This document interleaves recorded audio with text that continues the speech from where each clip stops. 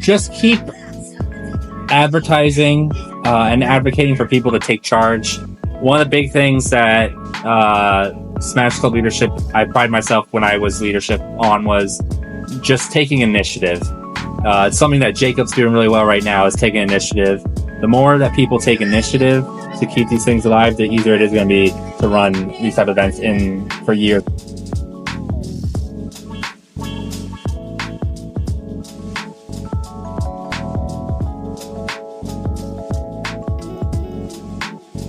It's been going strong since before COVID.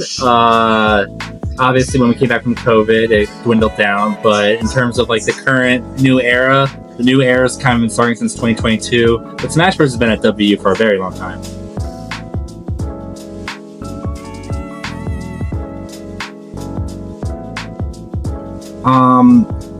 It was a great way for me to make friends when I was a freshman, and I would love to get back to everybody else and have that opportunity over a video game that we all love to enjoy and play. It's a ton of fun, so that's why I continued hosting. It became a time where, everyone else that was hosting was graduating, so I was like one of the last students remaining, and I was like, well, I want to keep this going, so I stepped up and allowed the thing to continue.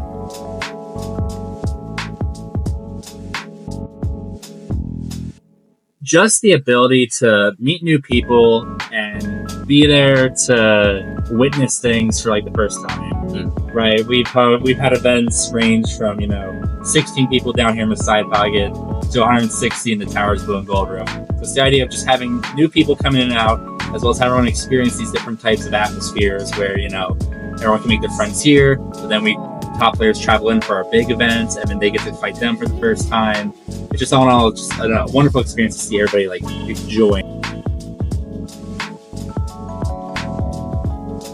Not a whole. Once you get into rhythm, it's not a lot. It's really tough at the start because you got to get that room space. You got to set up the page for everybody to sign up on, and then when it comes to actually running the event, you got to prepare. Like, okay, what's the order I need to call sets? How much equipment do I need to bring on my own? Do I know if others are bringing equipment? It's a lot of like quick decisions as opposed to planning. Like, all right, we're at this part of bracket. Can I call this set now, or should I hold it off? Is this person available to play? It's a lot more quick time, like in-person planning, than a lot more outside the event planning. So for our weekly events, right, it's just where our target audience is people on campus. We're just trying to get them out here. When it comes to the monthly, we're trying to get neighboring states. So we'll message Pittsburgh, we'll message Maryland, Ohio, Southern West Virginia. We're trying to get a bigger event going on. And then when it comes to our yearly event, we're expanding the range out to people in New Jersey, out to Indiana, Kentucky. And then we're also funneling a lot of money into it with the club dues. It goes to getting players out here to, just have a big event. If you advertise, there's a lot of money involved, and players will come. That's how we're able to host these gigantic spectacle events.